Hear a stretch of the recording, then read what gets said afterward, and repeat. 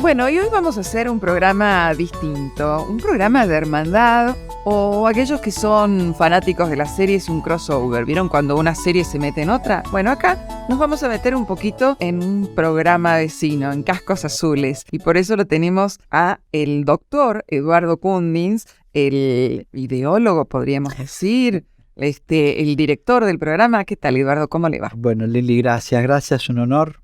Han tenido esta iniciativa hemos sido hermanitos En algún los momento, horarios, sí. y quizá tengamos esta misma pasión por dar a conocer cosas. Y creo que esto nos vincula y nos identifica, ¿no? Exacto. Lo importante es dar a conocer y, como digo yo, tender lazos y armar redes, ¿no? Y es una forma de que, bueno, que sepan qué es lo que pasa tanto, por ejemplo, nosotros, que es un programa de la Facultad del Ejército, como en el Ejército mismo o en las Fuerzas Armadas, y que la gente tome contacto con el vivir de día a día de quien constituye esta gran familia que somos. Y ustedes, bueno, eligieron un tema. ¿Por qué Cascos Azules? Yo creo que el mundo cambia, las cosas cambian. A mí me desafía mucho esta deformación profesional de haberme metido en el pensamiento estratégico, en el planeamiento estratégico, haber sido profesor también de estos temas, y en consecuencia el pensamiento estratégico es paradojal.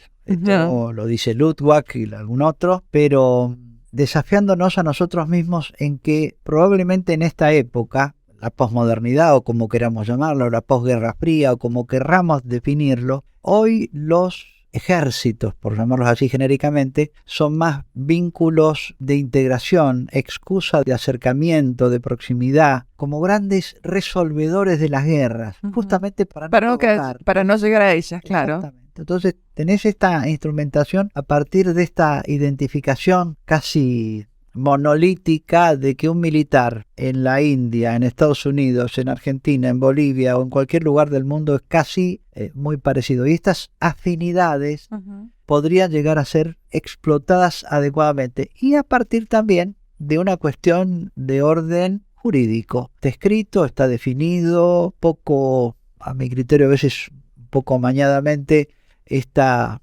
diferencia fundamental. No tengo escrito porque hay una definición concreta de la defensa respecto a lo exterior y la seguridad de un país. Yo tengo mis opiniones de esto, pero en el interior. Entonces ha quedado circunscripta la defensa al ámbito exterior. Yo tengo un par de artículos en la revista militar, en la revista del Círculo Militar, de la dimensión exterior de la defensa. Es decir, la preocupación que tiene que tener el soldado actual de cualquiera de las fuerzas es esa agresión externa que provenga de una entidad estatal militar que nos pueda agredir. Bueno, creo que el primer paso es conocer ese exterior. Claro. Nosotros sabemos bastante poco, y la primera condición que va a tener que tener ese ataque, si lo presumimos exitoso, es que sea sorprendente. Y realmente, seguramente has viajado, hay cosas que el mundo te sorprende. Sí, ya lo creo. Uno va con una idea de cómo se puede llegar a interpretar algo y ellos lo interpretan de otra forma. Ni se te ocurra hacer un chiste en inglés porque perdés un amigo. Sí. Si lo vas a traducir, lo perdés. Entonces, yo he quedado bastante deslumbrado, y acá viene un poco la génesis de esto. Tuve el infinito privilegio de justamente convivir con los navales en la Fragata Libertad, conocer un poco lugares del mundo distintos. No es normal, esto es gravísimo, Lili, porque uno cree que Ámsterdam, Copenhagen, o África o Europa la visita todos los meses, y eso es mentira. Claro. Y bueno, y después sucedió esto allá por los 90, se cae el muro de Berlín, el mundo cambia, y una oportunidad de reescribir, de redescubrir funciones militares. No tanto ese estereotipo. Yo creo que tenemos un déficit en creatividad los militares. Sí. Que nosotros tenemos esa formación tan estructurada, tan ordenancista, tan de criterios muy sólidos, pero el día de la maniobra, el día del combate, te van a pedir algo absolutamente diferente, algo que sorprenda, ¿no? Y a veces esto es incompatible. Bueno, elegimos en aquel entonces subirnos a una misión de paz. Yo me siento un poco un dinosaurio, por el año 91, cuando normalmente se considera que el Big Bang de las misiones de paz fue en el 92. Argentina se subió, estuvo a la altura de los acontecimientos mundiales con el primer BEA, el Batallón Ejército Argentino 1, que fue en el 92. Bueno, ya para el 92 estaba de vuelta del Sahara Occidental, así que esa fue la génesis. Vamos a dejar algo planteado muy chiquitito. Usted participó de los cascos azules y ahora nos va a contar. Y seguimos charlando con Eduardo Kundis, que bueno, es coronel del ejército retirado, pero es doctor también en Relaciones Internacionales y participó de estos cascos azules. ¿Y cuál fue la experiencia? Bueno, impactante. Es algo que dicen aquellos que han estado en una misión de cascos azules, sea donde sea, todos quedan impactados, todos quedan conmocionados, o sea, algo pasa. Hay una frase de Andrés Cisneros, vicecanciller de aquel entonces. Sí. Él lo describe como si fuera una cosa objetiva, como una cuestión lejana, en que los militares argentinos descubrieron su utilidad en el mundo y descubrimos también que nos fue bien. Es decir, nosotros creo que podríamos ser una moneda de cambio y esto es lo que no se interpreta como un bien, como una mercancía. Suena medio feo. ¿Será porque somos un país de paz? O sea, hay países que son más belicosos. La Argentina creo que no es el caso. Y quizás nuestro espíritu también se transmuta, pasa a esas fronteras y donde está, trata de que reine esa paz, esa armonía. Por eso el velar justamente por la paz donde están los cascos, ¿no? Yo creo que sí. Hay una modalidad argentina, hay una modalidad, dicen también latinoamericana, de hacer misiones de paz, en donde hay una calidez, hay una entrega, hay un humanismo por ahí, que no es la frialdad de otros lugares, anglosajona, etcétera, y que la proximidad, mira, esto ha sido milagroso en más de una oportunidad, esa proximidad, ese entenderse, ver al enfermero en Haití diciéndole a la ancianita que hablaba en creol cómo pasar una cremita porque se había quemado después de alguna de esas catástrofes terribles que han tenido, es de una calidez, de una ternura. Sí. De algún modo define simbólicamente lo que es esa entrega de la muchacha o el muchacho argentino en esta misión. Y creo que esto es una gran llave que me parece que todavía no hemos sabido explotarla del todo a nivel nacional, no a nivel república, digamos. Sí, ¿no? sí, porque es también la propia República Argentina representándonos en estos lugares. Claro, lógico. Bueno, ¿y cómo fue su experiencia en los cascos azules? Bueno, fue realmente la incertidumbre en esto, creo que no. Yo a veces digo una frase un poco demasiado grandilocuente, digo, la guerra no mata la bala sino la incertidumbre, y algo de eso se vivió porque también Naciones Unidas allá por 1991 estaba haciendo sus primeros palotes en estas misiones de nueva generación. Sí. De nueva generación para aquel entonces. Claro. 3 o 4 generaciones nuevas donde todo fue cambiando, se descubrieron infinidad de conflictos, infinidad de contenciosos que no estaban definidos. A mí me tocó en particular el del Sahara Occidental. 10.000 anécdotas que no vendrían al caso, pero había un grupo, en aquel entonces éramos 7 argentinos, todos diseminados, lugar había. Me imagino. Para estar distribuidos, y realmente la exigencia fue muy grande. Primero, convivir con otras nacionalidades. El jefe de mi contingente era británico. Otros idiomas, otras costumbres. Tal cual.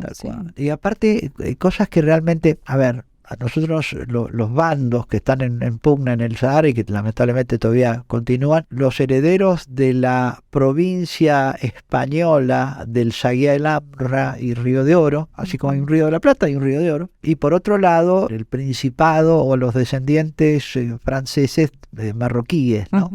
Entonces ese era el planteo de la disputa sobre un territorio que en algún momento fue provincia española. Entonces uno llamaba la atención que toda la gente de este Frente Popular de Liberación de esta provincia consideraban que su idioma es el árabe, todos, pero su segunda lengua era la española. Entonces, cuando llegamos los latinoamericanos ahí, éramos víctimas, lo digo con todo cariño esto, de práctica del idioma español. Claro. Entonces uno podía, cosas curiosísimas, estar yendo en una patrulla de la nada a la nada. Sí, hay me imagino. ¿no? Cruzarse con un beduino y uno puede hacer de todo cosas malas, pero no pararse a hablar o en un campamento, tomar los tés que corresponde. Ahí el tiempo... Es como el regateo en el mercado, por ejemplo. Bueno, son cosas que tienen que hacerse sí o sí. Exactamente. Tienen ese tipo de costumbre. Y esto, a ver, lejos de ofenderte, te enriquece. Claro que sí. Porque te incorpora una dimensión que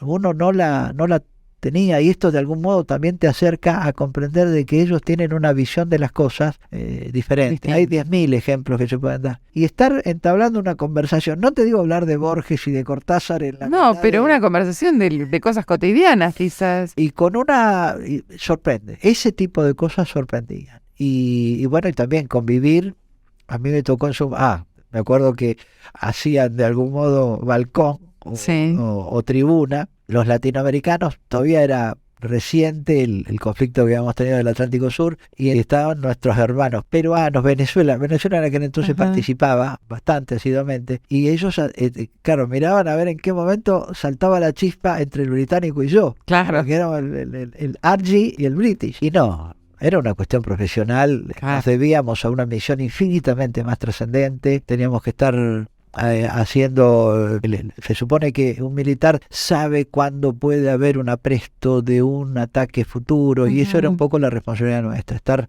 recorriendo posiciones dilatadísimas en lugares. Claro. Nosotros llegábamos a hablar de, cerca del bosque, y el bosque, yo te cuento, el bosque no son 6 arbustos, ¿viste? Sí, pero sí. Disminuida la dimensión a lo poco, a la poquedad esa, llamaba la atención, y esa era la tierra que ellos peleaban.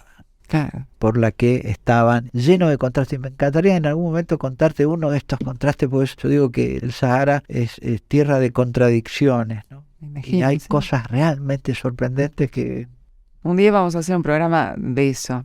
Sí, ¿cómo no? Bueno, y nace de repente el programa. ¿Por qué nace el programa Casos Azules? El programa porque yo creo que en un momento dado se crea en el ámbito político la Dirección General de Cooperación para el Mantenimiento de la Paz. Sí. Es decir, la política entiende que había que darle un sustento, un respaldo, un marco. Exactamente. Y se crea en aquel entonces, y hago mi homenaje a su primera directora general, que fue Luciana Micha, y un honor para mí, me convocan, esto fue en el año 2008, por eso ahora estamos cumpliendo 15 años, y con mucha sagacidad, mis respetos a ella, se aprovecha la oportunidad porque se cumplía el 50 aniversario de la primera misión de paz de la Argentina. Sí. En el año 1958, 4 argentinos, me viene a la memoria Biader, Sánchez de Bustamante, y le debo los otros 2 apellidos, van a UNIFIL. Y capaz que es un poco paradójico también, UNIFIL es el último ahora, misión a la que se sube Argentina.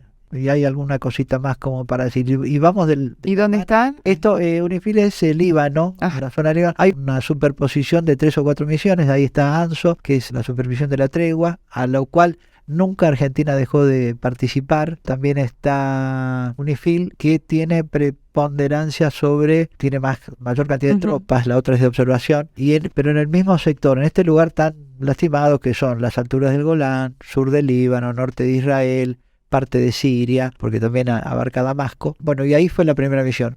En el 2008 se cumplía el primer aniversario, los 50 años, y se hace una demostración en el Salón San Martín del edificio del Ministerio de Defensa actual, del edificio Libertador, una muestra de fotografías. Aprovechamos también, y ahí me tocó estar a cargo de eso. Entonces se crean, hay cosas también que son sorprendentes, ¿no? Lo que menos problema tuve es elegir las fotos. Claro. Elíjanla ustedes, no tengo problema. El tema era armar todo el guión. Claro, el guión museológico, sí.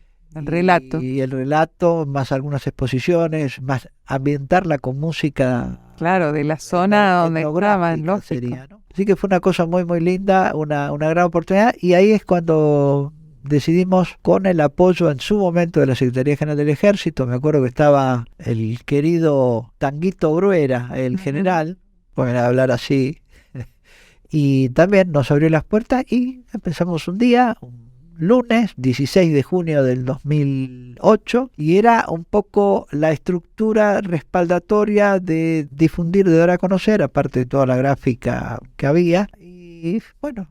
Y así comenzaron. Creo que la lápida de Cunde va a decir fue constante, y bueno, seguimos, y no podemos parar. Ahora nuevas generaciones que la van mejorando. Sí. la van mejorando con ideas que uno ya no tiene y actualizándola y dándole una dinámica diferente. Bueno, hacemos una pequeña pausa y seguimos entonces.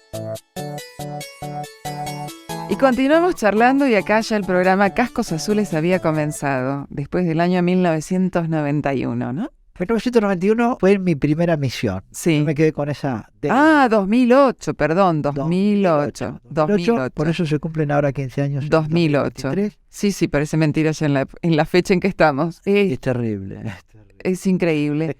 Y bueno, pero el programa, más allá, digamos, de hacer un relato de las acciones de nuestros cascos azules en distintos asentamientos, tiene una característica particular, que es poder conectarse telefónicamente con la gente que está afuera. Dicen que la felicidad consiste en tener cosas lindas que contar, pero a alguien a quien contárselas. Claro. Entonces, yo recuerdo, me acuerdo que fue bastante traumática la primera misión mía. Yo pierdo a mi madre en la mitad de la misión, volví al Sahara, fue bastante chocante, pero Sí. bueno, y realmente uno en aquel entonces, no sé, teníamos el privilegio de ser los primeros en usar un GPS. Aprendimos a usar un GPS. Uno conocía, por ejemplo, las raciones de campaña que hasta habían usado unos años antes los ingleses en Malvinas. Bueno, o las que usaban Estados Unidos. Uno las podía comparar, uno podía hacer parangones, hacer comparaciones. Realmente... Y uno estaba con tecnología que en ese momento, bueno, venía también del conflicto en Yugoslavia y lo mismo, todavía no habían sucedido las Torres Gemelas. Sí. Así que uno tiene un enorme deseo de participar al resto de lo que uno aprende. Uno de los saldos que tienen esto de las misiones es que uno se está cotejando. Claro, con el otro. Y normalmente vos mirá que las conclusiones que yo puedo... Después de 15 años hacerlo, me puedo permitir, suboficiales, que ellos tienen una visión, viste, más anclada con el día a día, comprenden que no tenemos nada que deberle a ningún ejército del mundo. Sí, puede haber un poco más de tecnología, un poco menos, pero en cuanto a las calidades profesionales... Claro, el valor humano y la preparación no deja nada que desear, al contrario. Y muchas veces, por ejemplo, si vamos al tema Kosovo, nosotros tuvimos una compañía conjunta y que era una hermosa excusa de ver trabajar Fuerza Aérea, Armada y Ejército en lo que era la Casa del Cazador, que era la residencia de Tito. Claro, la ex Yugoslavia. Sí. Y no había nadie como los argentinos para ponerle ese cariño y ese amor para conservar ese patrimonio. Es un patrimonio histórico, lógico. Uno estaría a favor o en contra, pero no deja de tener su valor. El actual director del CAICOPA fue uno de los directores, uno de los jefes de esa compañía, y le rescatamos casi del olvido algo. Ellos tuvieron que hacer, y esto lo presentamos cuando yo estaba haciendo el doctorado, ellos eran ingenieros, ¿no? Entonces construyeron unos puentes, era un playground, un salón de juegos de niños, un jardín de infantes. Le construyeron lo que a veces uno ve, los toboganes, los sub y baja, unas pasarelas colgantes. Los chicos estaban felices de lo que habían construido, y había gente que yo esto se lo explicaba, sobre todo a los profesores en la USAL, y no podían entender como militares, que uno los ve tan vinculados con lo agresivo, armando con un amor, con un cariño, ese jardín de juegos para estos chiquitos que, ojo, habían perdido muchas cosas. Algo estaban construyendo y habían atravesado una guerra.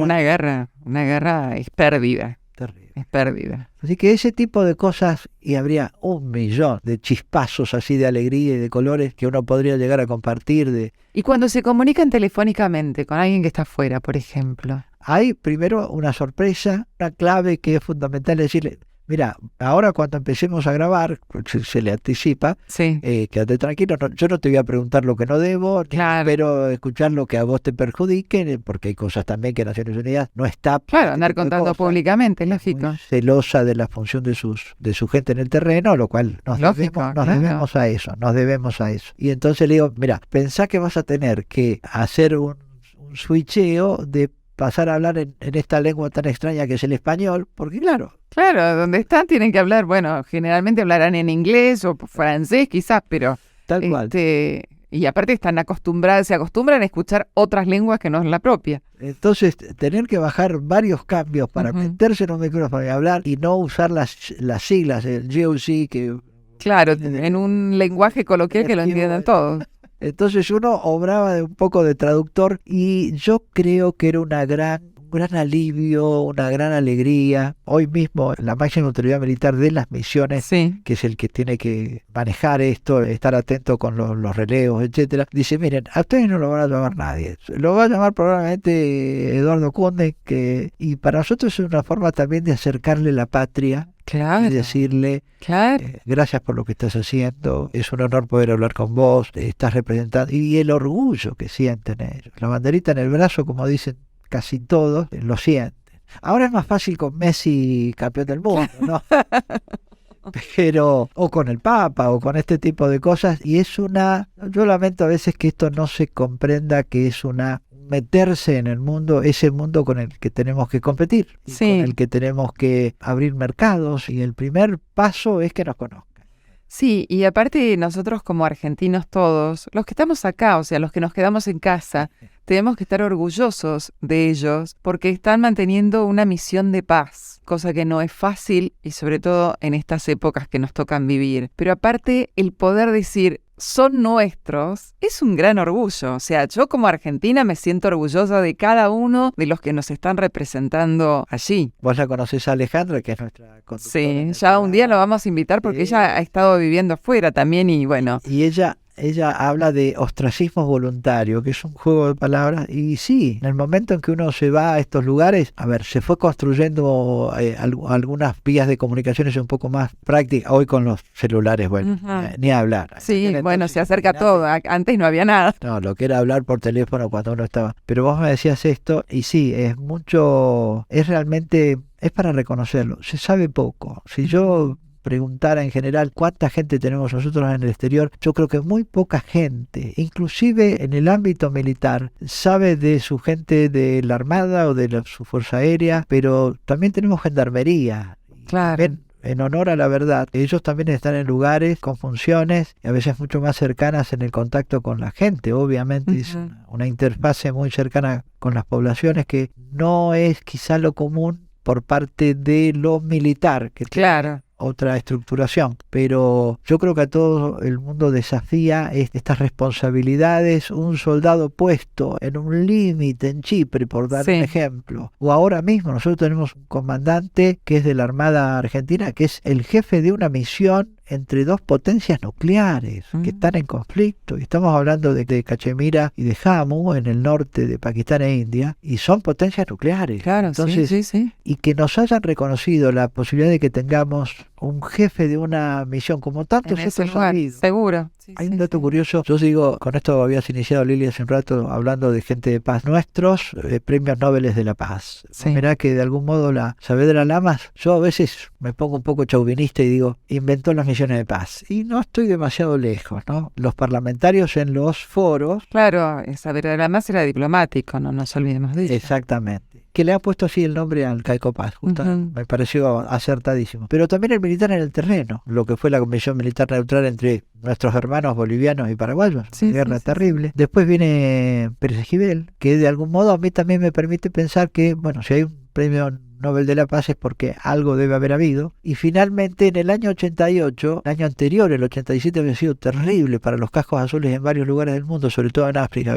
Ha habido mucho rehén, mucho muerto. Ahí estaban los niños soldados, capitancitos de 12 años. Y cortamos acá un segundito. Dale. Eduardo, recién tocó un tema crucial, los niños soldados. Creo que después corregilo vos, Lili, porque ahora no tengo... Creo que es el 12 de febrero que se celebra a nivel internacional los niños soldados. Bueno, los niños soldados es una desgracia. Duele también que es el día de hoy que todavía se reconoce que hay niños soldados en Colombia. Sí. El niño soldado es un fenómeno en el cual se extrae. Vos mirá, yo estoy diciendo esto y hace mucho que no lo hablo. Y hoy por hoy, si uno habla de los soldaditos es otro fenómeno que no tiene que ver con la defensa, sino con la seguridad, que es el tema del narcotráfico. Pero los niños soldados, bueno, responden a ese, no tienen desarrollado todavía, creo que se llama el lóbulo frontal, el de la decisión. Y si al chiquito de 11 años le dice, captado se larga el partido de fútbol, pero está este prisionero, no tiene ningún reparo en matarlo. No. Tiene Conozco ese del freno. tema porque fue la tesis de la licenciatura de mi hijo, Niños Soldados. Bueno. Y realmente por eso me sentí como conmovida cuando lo nombró, porque realmente es un problema internacional muy serio, muy serio. Terrible. Si bien hay gobiernos y hay organizaciones que tratan de, digamos, de sacarlos de ese pozo de lo que es ser un niño soldado, desgraciadamente no es muy fácil, digamos, salvarlo y que para después se puedan reinsertar en la sociedad. Justamente por esto que usted decía, son captados cuando todavía su cerebro no está completamente desarrollado. Una de las cosas que les hacen hacer es matar a su propia familia. Por lo tanto, van rompiendo todo lo que es sentimientos y después cómo se reinsertan. Y desgraciadamente, muchas sociedades, muchas guerras, muchos ejércitos no convencionales también, empresas de seguridad no gubernamentales, como se dicen ahora los contratistas, utilizan esos niños soldados, ¿no? Y ustedes, o sea, los cascos azules tienen mucha llegada a ellos. Lamentablemente sí, es un contacto con realidades que aparentemente son lejanas y esto a veces nos protege, tenemos la comodidad o la pereza. Pero si me permite decirlo, Sí. yo no sé si ahora están tan lejanas, por esto que usted dice de los soldaditos. Bueno. Claro, pero es algo que tenemos no. que mirar con sumo cuidado. Bueno, inteligentísimo lo que me decís, porque el principio por el cual se logran estas adhesiones no voluntarias, sino compulsivas, justamente responde a esto, a contar con una persona con cierto grado. No pones un robot porque es más caro, Claro. pones una criatura cuyo costo es mínimo y que no tiene, ya te digo, lo que vos dijiste, no tiene freno moral, y entonces si tiene que estar metido en un búnker cobrando por la droga, puede estar 10 días, le pasan un plato de algo para que no se muera. Solamente eso. Sí. Pero ese criterio totalmente antiético, ¿qué hablo de ético? Y esto es lo que a veces yo lamento en que no comprendamos que si algo ha cambiado en el desarrollo de los conflictos ha sido la desregulación. Uh-huh. Es decir, este incumplimiento taxativo de convenciones, las de Ginebra, de leyes de guerra, criterios, el jus ad in bellum, el jus ad bellum, y se ha desregulado hasta extremos Uh-huh. tremendos. Sí. Esto es lo que a veces habla, bueno, conocido de ustedes también, Omar Locatelli, cuando está hablando de lo que es la zona gris y estos conflictos totalmente desgajados de cualquier regulación que los pueda morigerar de algún modo. Son, bueno, lo que son los conflictos identitarios en algunos casos, y la cantidad de la guerra social molecular.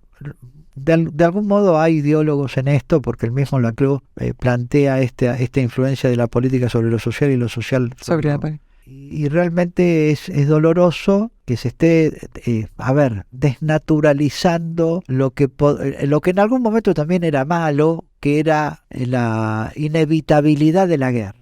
Si vamos al siglo XX, Colco lo llama el siglo de las guerras, Raymond Aron lo llama el siglo de la guerra total, y uno lee un poco lo que fue la Sociedad de las Naciones, es terrible. Es terrible porque no había posibilidades de otro modo de resolver las disputas, los contenciosos, los inconvenientes que había entre un país y otro, que no fuera la guerra. Claro, en el enfrentamiento. Era un enfrentamiento bélico. Sí. Y había toda una cultura terrible. Desmantelar esa cultura, bueno, es lo que costó todo el siglo XX en ir reduciendo el protagonismo de lo militar. Bueno, pero eso es otro tema. Bueno, como dijimos, somos programas hermanos, ¿sí? Cascos Azules, ¿qué días está por Radio Soldados? Bueno, estamos saliendo lunes y jueves, con ganas de salir en vivo las 2 veces, con algunos inconvenientes. Tenemos los problemitas de estos problemas de salir al aire con alguna restricción, pero bueno, tenemos 26 repetidoras en el interior del país, y bueno, y la gente nueva, así como Federico y Alejandra y varios otros más, nos fueron, y bueno, tenemos un nuevo activo que es un oficial de Marina que está con nosotros, que es Claudio Machado, y también estamos con ganas de salir en YouTube. Bueno, tenemos una gran cantidad. Sí, están en las redes también, en Instagram. Sí.